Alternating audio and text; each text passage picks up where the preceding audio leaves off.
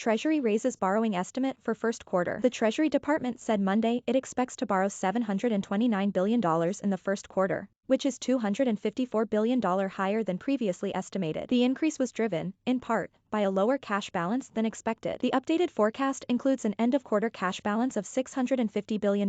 Looking ahead to the second quarter, Treasury said it expects to borrow $66 billion in net marketable debt, with a cash balance of $700 billion. Borrowing is less in the April-June quarter because of the mid-April deadline for individual taxpayers to file their tax return. In all of 2021, the Treasury borrowed $1.42 trillion from investors to fund all government programs, including emergency spending to combat the coronavirus pandemic. Borrowing costs for the government will rise this year if the Federal Reserve raises interest rates as expected. The department is also expected to eventually have to issue more debt to accommodate a reduction in the Federal Reserve's holdings of treasuries, as part of the central bank's plan to shrink its $9 trillion balance sheet. Nancy Van Houten, senior economist at Oxford Economics, said Treasury can manage the Fed's redemptions this year with accumulated cash and increased bill issuance. In the October-December quarter, Treasury said it borrowed $689 billion in net marketable debt and ended with a cash balance of $406 billion.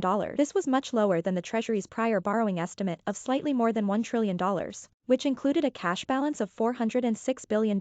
Additional financing details related to the Treasury's quarterly refunding will be released at 8:30 a.m. Eastern on Wednesday. The yield on the 10-year Treasury note TMUS 10Y, 1.790% rose up to 1.78% on Monday.